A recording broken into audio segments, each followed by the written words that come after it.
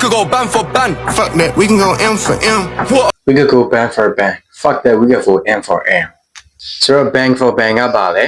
M for M ကပါလေဆိုတာကိုကျွန်တော်ပြပြပေးမယ်ကျွန်တော်တို့ဘန်ကနေထုတ်လာတဲ့ပတ်စံထုတ်တစ်ထုပ်ကို1 bang နှစ်ထုပ်ဆိုရင်2 bang စသဖြင့်ခေါ်ကြရတယ်ကွာဆိုတော့ we can go bang for bang ဆိုတာကမင်းတို့ကပတ်စံဘယ်လောက်များလဲငါတို့ပြိုင်ကြမှာမင်းနဲ့ကလည်းဘယ်သူပိုချမ်းသာလဲပြိုင်ကြမှာစသဖြင့်ဆိုလိုတာပေါ့ကွာဆိုတော့ M for M ဆိုတာကလည်းကွာဒီတိုင်းပဲ M ဆိုတာက million ကိုကိုစားပြုတယ်ကွာဆိုတော့မင်းနဲ့ကလည်း million နေချီပြီးဘယ်သူကပိုချမ်းသာလဲဘယ်သူကပို wealthy ဖြစ်လဲဘယ်သူကပိုကြွယ်ဝလဲဆိုတာကိုပြိုင်မလား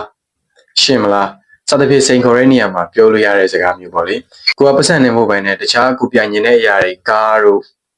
လက်ဝဲရတနာတို့ဒါတွေပြိုင်နေတဲ့အခါမျိုးတွေမှာလည်းဒီစကားမျိုးသုံးနေရတယ်ဥပမာ we can go car for car ဆိုတော့ကြိုးရှိမှလို့ထင်ပါတယ်သိချင်တာရှင်းလဲ comment မှတ်တော်လို့ရတယ်ကျွန်တော်ကတော့ English tips and trick guide တော့မှာ